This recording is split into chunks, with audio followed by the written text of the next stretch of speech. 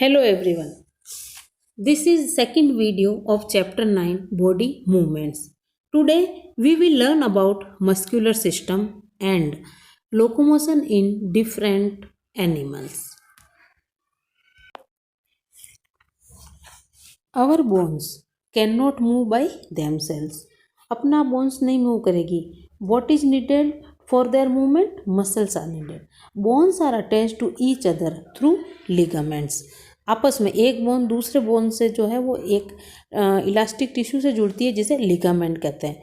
But bones को muscle से जोड़ने वाले जो स्ट्रॉन्ग फाइबर्स हैं हम उन्हें टेंडन्स कहते हैं. तो bones are attached with muscles by strong fibers called tendons. The number of muscles varies from 656 to 800 in the human body. और उनमें से जो ज़्यादा जो मसल्स है वो सारी मसल जो है हमारी बोन से जुड़ी हुई है and these are called skeletal muscles. और हमारी बॉडी में 639 स्केलेटल मसल्स होती हैं. The muscles help us to smile, chew our food, push food into stomach and also in beating of our heart. इसका मतलब है मसल जो होते हैं न केवल हमारे लिम्स यानी हाथ और पैरों के मूवमेंट के लिए रेस्पॉन्सिबल है but muscles also help in movement of different internal organs also जो उनके रिदमिक कॉन्ट्रैक्शन और रिलैक्सेशन से रिलेटेड होती हैं.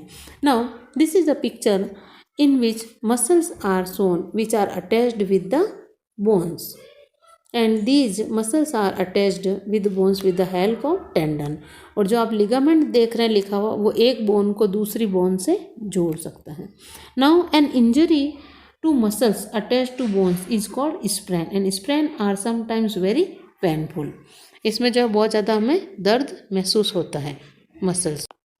In this activity number 6 we will understand how muscles work and how they help in movement of the bones. For doing this we will do like this. First we will close the fingers of one hand tightly and now we will bend the arm at the elbow and touch the shoulder with our thumb. With the help of other hand we will feel that muscle of the upper arm. The biceps जो muscles होती है वो हमारे arm में ऊपर वाली muscles होती है और उसके लोअर साइड में जो मसल्स होती है हम उन्हें ट्राइसेप्स कहते हैं.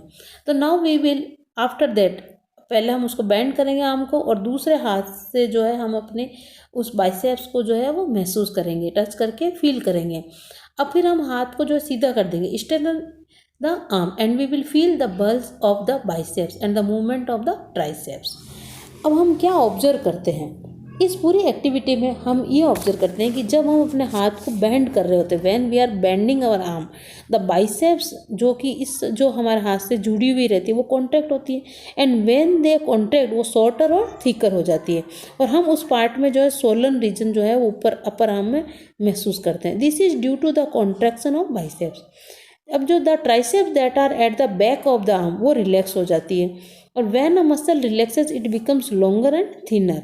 और वहाँ पर जो है हम ऐसा कोई जो है वो बल जो है महसूस नहीं करते. When you extend your arm your biceps relax and the triceps contract. We feel that the swollen muscle is no longer present. So our arm movement are controlled by two types of muscles and these are biceps and triceps. And what we can conclude from this activity that bones cannot move by themselves. उनको move करने के लिए कौन helpful है? Muscles are helpful for this. When a muscle attached to bone contracts, it pulls the bones and make them move. A muscle can only pull but cannot push the bone back. इसका मतलब क्या है? Muscles always have to work in pair. क्योंकि कभी भी muscle जो होती है वो कॉन्ट्रैक्ट हो सकती है. उनका जो ओरिजिनल जो शेप होता है वो नॉर्मल होता है, स्ट्रेटन होता है. तो इसमें जो therefore one muscle pulls the bone away from the joint and while its partner pulls it back. Thus two muscles have to work together as a pair to move a bone. हमेशा muscles pair में work करती है and muscles work by contraction. ये दो point हमें muscles के लिए साथ में ध्यान में रखने होंगे. Now yoga for healthy bones and muscles. It is a very good exercise and we should do it because it increases and tones the muscles, increases our flexibility of the muscles and it make the muscles strong as well. Now we will read how different organisms move from one place to another. That means how locomotion is done in animals. First we will read about an earthworm. An earthworm has a long cylindrical body made up of many rings or segments joined end to end. It has a liquid skeleton which help in maintenance of body shape. जैसे हमारी body में जो skeleton होता है वो bones का होता है, अर्थवर्म में किसका स्केलेटन है? लिक्विड टाइप का है. On the under surface of the body number of minute bristles are present. Bristles ऐसे छोटी छोटी स्मॉल कांटे जैसी स्ट्रक्चर्स होती है जो अर्थवर्म जब ग्राउंड पे चलता है तो उसकी ग्रिपिंग में, यानी कि उसको स्लिप होने से बचाएगी, उसको ग्रिपिंग में हेल्प करती है. Muscles attach to these bristles help to contract the body. और अब ब्रिस्टल्स के साथ जो मसल जुड़ी हुई रहती है वो पीछे से जो है वो पूरी बॉडी को आगे खींच कर लेके जाती है. As we can see in this following diagram in the given activity. Here in this activity we will observe the movement of earthworm. हम इस अर्थवर्म को एक बार पहले ग्लास प्लेट पर चलाते हैं और एक बार इसको फिल्टर पेपर पर चलाते हैं. हम देखते हैं कि the earthworm will easily move on the filter paper but it is difficult for earthworm to move on the smooth glass plate because earthworm के जो ब्रिस्टल्स हैं, with the help of bristles वो फिल्टर पेपर पर तो gripping आ जाती है और वो स्मूथ सरफेस पर जो है वो ग्रिपिंग नहीं पॉसिबल होता. That's why it will not move easily on the smooth plate. Now as it is shown in this picture, in this diagram you are seeing that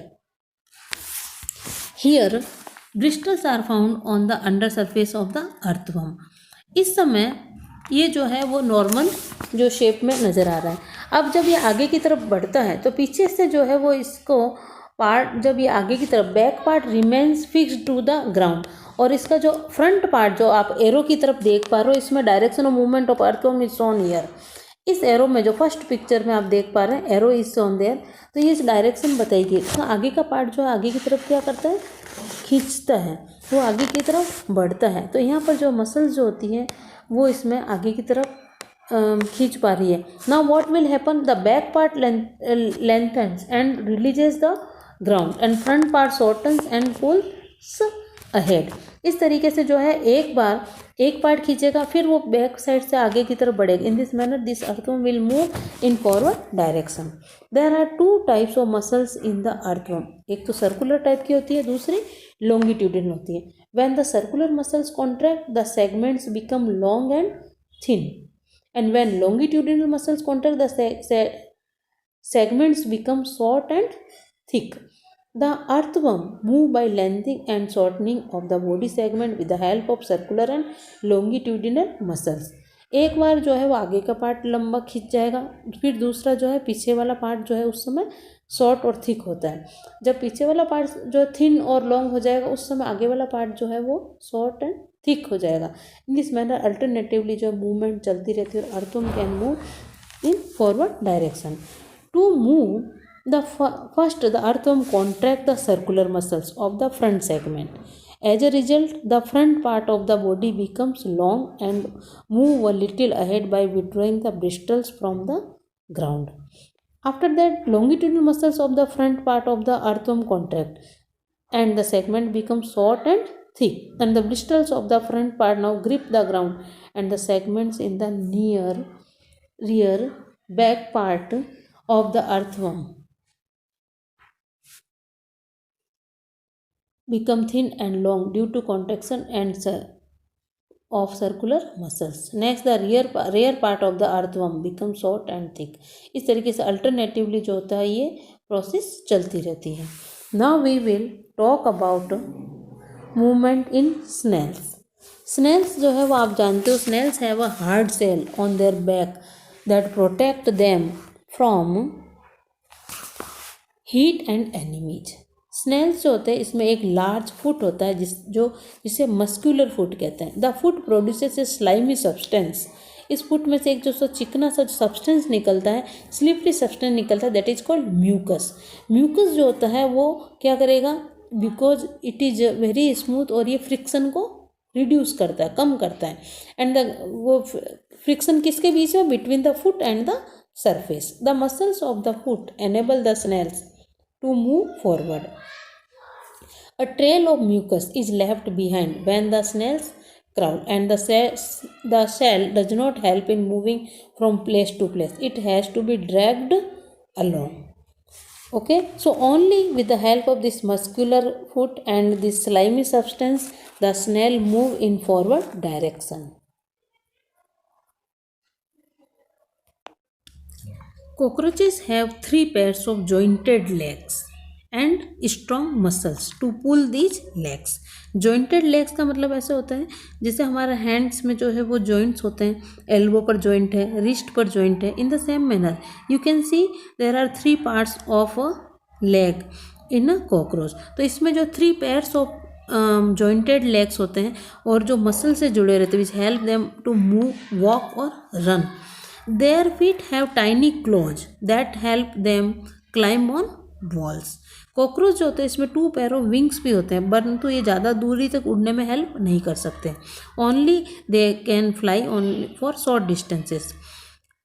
इसके विंग्स के नीचे एक जो है वो हार्ड एक्सोस्केलेटन होता है which is made up of different units and it also help in movement of the body. Cockroach में एक पेयर ऑफ एंटीने होते हैं to smell things and pair of cerci होते हैं that can detect even very slight movement. यानी आसपास कोई हल्की सी भी आहट होती है तो कॉकरोच जो है वो जल्दी से जाकर के जो सेफ प्लेस पर छिप जाता है. इतना जो है वो इन सेंसरी ऑर्गन्स की हेल्प से वो महसूस कर सकता है. Now the next we will read the locomotion in snakes. You know that snakes do not have legs. फिर भी जो है वो इतनी फास्ट स्पीड से वो मूव कर जाते हैं. वो कैसे मूव करते हैं? They move by crawling on their belly. A snake has a long and flexible vertebral column. Snake क्योंकि रेप्टाइल ग्रुप का होता है तो ये वर्टिब्रेट्स में आता है तो इसमें वर्टिबल कॉलम तो होगी ही. तो इसमें जो वर्टिबल कॉलम होती है बहुत ज़्यादा फ्लेक्सिबल होती है. Each vertebra is connected to a pair of ribs and which are also connected to belly scales at the bottom. Strong muscles attached to the ribs, vertebrae and belly scales are responsible for the movement of snake's body. ठीक है, तो with the help of this scales, अगर ये scales नहीं हो तो ये चल नहीं पाई जल्दी. तो यहाँ पर जो है वो वर्टिब्रा जिसके साथ जुड़े हुए जो है वो रिब्स, हर वर्टिब्रा के साथ जो है एक पेयर ऑफ रिब्स जो है जुड़ा हुआ रहता है. इसके अलावा which are also connect to belly scales at the bottom. इस तरीके से सब मिल कर के रिब्स, वर्टिब्रे और बेली स्केल्स ये तीनों ही चीज़ें जो है मिलकर के जो है स्नैक को मूवमेंट में हेल्प करती हैं. Now this snacks how it crawl. ऐसा नहीं कि एकदम सीधा सीधा चलेगा. स्नैक को कभी आपने देखा चलते हुए. It will also it shows the crawling movement but it make many loops and each loop give it a forward push and the snake moves forward very fast. जैसे आप इस पिक्चर में देख रहे हो इसमें जो है ये लूप्स बनाते हुए जैसे कोई एक वेव चल रही हो. जैसे हम कभी एक रस्सी को एक तरफ से टाइट बांध के दूसरे हाथ से हम उसको हिलाते हैं तो जैसे एक वेव बनती है या फिर जैसे वाटर के अंदर वेव्स बनती है वैसे ही वेव लाइक स्ट्रक्चर जो है ये लूप बनाते समय स्नैक भी शो करता है. Snacks do not move in a straight line. Okay, they always move in by making loops. Now the locomotion in fish. जैसा आप देख पा रहे हो इस पिक्चर में the fish is having streamline body. Streamline shape of the body. इसका मतलब स्ट्रीमलाइन का मतलब क्या है? Boat shape. मतलब इसके आगे की तरफ फ्रंट पार्ट और पीछे बैक साइड में टेल की साइड में ये टेपरिंग होती है. वो थोड़े नैरो होते हैं दोनों पार्ट्स और बीच में से जो है ये ज़्यादा ब्रॉड वाइड होता है. So this shape is called streamline shape. This type of body shape help a fish to overcome the resistance offered by water and enable the fish to swim through the water. Now the fish move in a sideway wave like manner. जैसे कि आप इस picture में देख पा रहे हो sideway wave like manner का मतलब है जैसे वेव जैसे चलती है ऊपर नीचे. जैसे अभी हमने जो है वो पिछले टॉपिक में देखा था उसमें भी जो है वो वेव लाइक मूवमेंट स्नैक बना रहा था. Here the wave like movement is shown by fish. This movement is made possible by strong muscles attached to the flexible backbone of the fish. During swimming, जो front part होता है body का, it will curve to one side, एक तरफ जो है वो मुड़ जाता है। उस समय जो टेल होती है वो उसके जस्ट अपोजिट साइड में जाएगी, यानी जिधर इसका माउथ रहेगा टेल की डायरेक्शन उसके अपोजिट होगी, जैसा आप इस पिक्चर में ऑब्जर्व कर सकते हो। And the fish forms a curve or loop as it is shown in the figure. Then quickly the body and the tail curve to the other side. फिर जल्दी से जब माउथ जो है इसका दूसरी तरफ मुड़ेगा तो टेल जो है उसके जस्ट अपोजिट तरफ मुड़ जाएगी।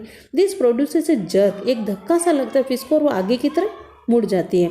और ये जो सीरीज चलती है इस टाइप के जर्क्स की, और फिश विल स्विम अहेड, लगातार ये सीरीज बार बार चलती है और फिश जो है आगे की तरफ मूव करती चली जाती है।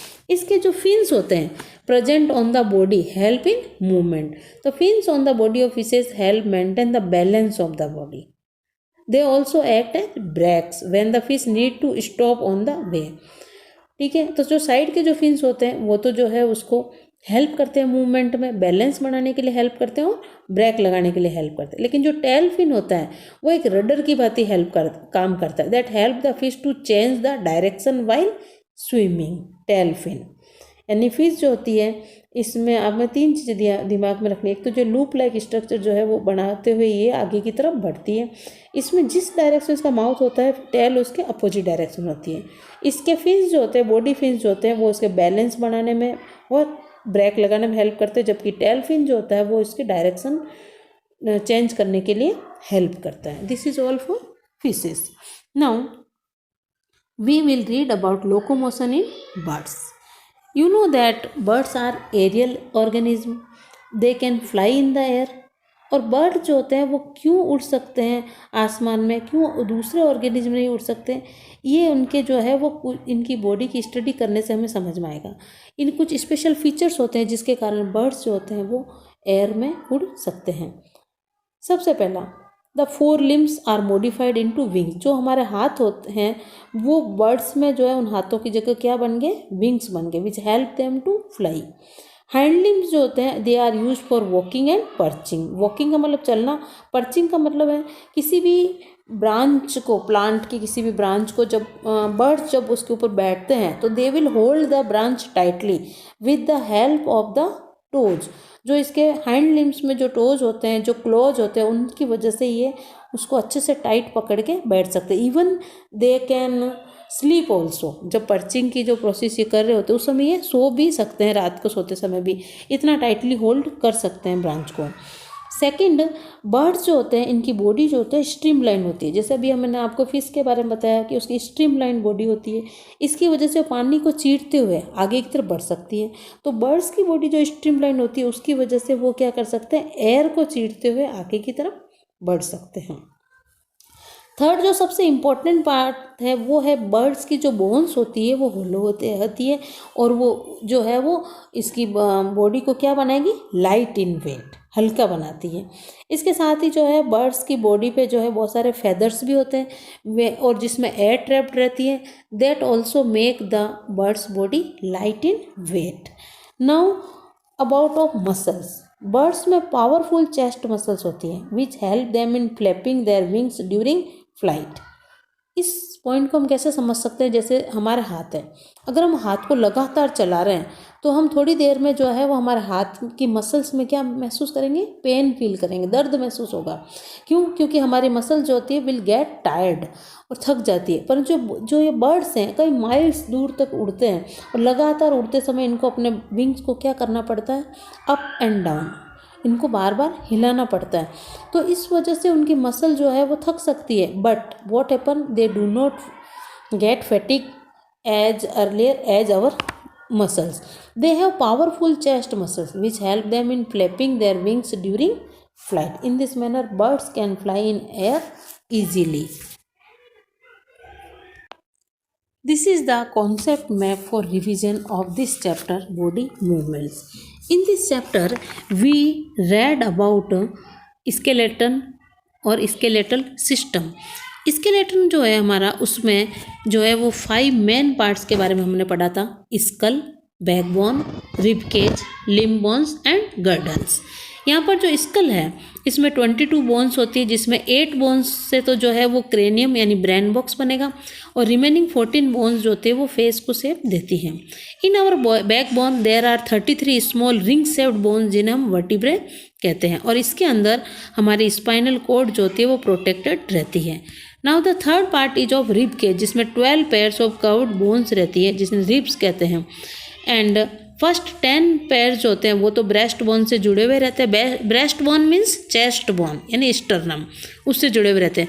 और रिब्स के जो लास्ट के जो 2 पेयर्स होते हैं they are free at the end, हम उन्हें फ्लोटिंग रिब्स कहते हैं। They are only attached with the back bone. Now the third part of skeletal system is of limb bones, इसमें हमारे हाथ और पैर की बोन्स आती हैं। The bones of our arm, उसमें ह्यूमरस जो अपर आर्म में बोन होती है और रेडियस और अल्ना जो होती है वो हमारे इसमें लोअर आर्म में पाई जाती है। ह्यूमरस जो होता है वो हमारी बैकबोन से शोल्डर गर्डल की हेल्प से जुड़ता है। और दूसरा जो बोन्स ऑफ लेग्स जो होती है इसमें अपर जो बोन होती है उसे फीमर कहते हैं या थाई बोन कहते हैं। This is the longest bone of our body. और जो हमारा लोअर पार्ट जो होता है लेग का, उसमें टीबिया एंड फिबुला 2 बोन्स रहती है जो आपस में जुड़ी हुई होती है, बीच में थोड़ा सा उसमें गैप रहता है। अब जो हमारा जो लेग होता है इसका जो अपर जो बोन है दैट इज फीमर, उसका अपर एंड हिप गर्डल से जुड़ा हुआ रहता है। So girdles are of 2 types, shoulder girdle and hip girdle. Now we have already read about this that different types of joints are there. इसमें जो joints हैं, different type के जॉइंट्स हैं, वो है immovable, slightly movable and freely movable. Immovable जो school में मिलते हैं, स्लाइटली मूवेबल जो हमारी बैकबोन के वर्टिब्रे में मिलेंगे जॉइंट्स, और जो फ्रीली मूवेबल जॉइंट है वो डिफरेंट टाइप के हैं। इसमें सबसे पहला जो जॉइंट है जो सब डायरेक्शन में घूम सकता है वो है बॉल एंड सॉकेट जॉइंट, और बॉल एंड सॉकेट जॉइंट हमारे हिप गर्डल और शोल्डर गर्डल में मिलते हैं। सेकेंड टाइप ऑफ जॉइंट जो है वो हिंज जॉइंट जो हमारे एल्बो में मिल रहा है। एंड थर्ड टाइप का जॉइंट जो पाइवोट जॉइंट है वो हमारे नेक को हेड से ज्वाइन करता है। Now the fourth type of joint which so slight movement, और जो ये मूवमेंट जो ग्लाइडिंग मूवमेंट होता है, this joint is also called gliding joint. It is found between wrist and carpels, और दूसरा जो है हमारे एंकल में भी ये जॉइंट मिलता है। Now why this skeletal system is important, क्यों इम्पॉर्टेंट है हमारे लिए? एक तो लोकोमोशन में हेल्प करता है। लोकोमोशन मतलब एक जगह से दूसरी जगह मूव करना। इस लोकोमोशन में बोन्स अपने आप मूव नहीं करती, दे आर बैंड और so movement with the help of muscles. Muscle जो होती है वो बोन्स के साथ जुड़ी हुई रहती है with the help of what, stuff elastic tissues, these are called tendons. Tendons जो होते हैं वो मसल को बोन से जोड़ते हैं, और एक बोन दूसरे बोन से लिगामेंट की हेल्प से जुड़ी हुई रहती है। दूसरा फंक्शन जो हम स्केलेटल सिस्टम का पढ़ते हैं वो है protection of delicate internal organ. जैसे अभी मैंने आपको बताया था, हमारा जो स्कल है वो ब्रेन को प्रोटेक्ट करता है। रिब केज जो होता है वो लंग्स को और हार्ट को प्रोटेक्ट करता है। हमारी जो बैकबोन होती है यानी स्पाइन जो होती है वो स्पाइनल कॉर्ड को प्रोटेक्ट करता है। इसके अलावा स्केलेटन सिस्टम जो होता है वो हमें give shape and support to our body also. तो ये सारी चीज़ें जो है हमने इस चैप्टर में पढ़ी है। Now you read this chapter, watch the video carefully, and after that you read the chapter also. Thank you.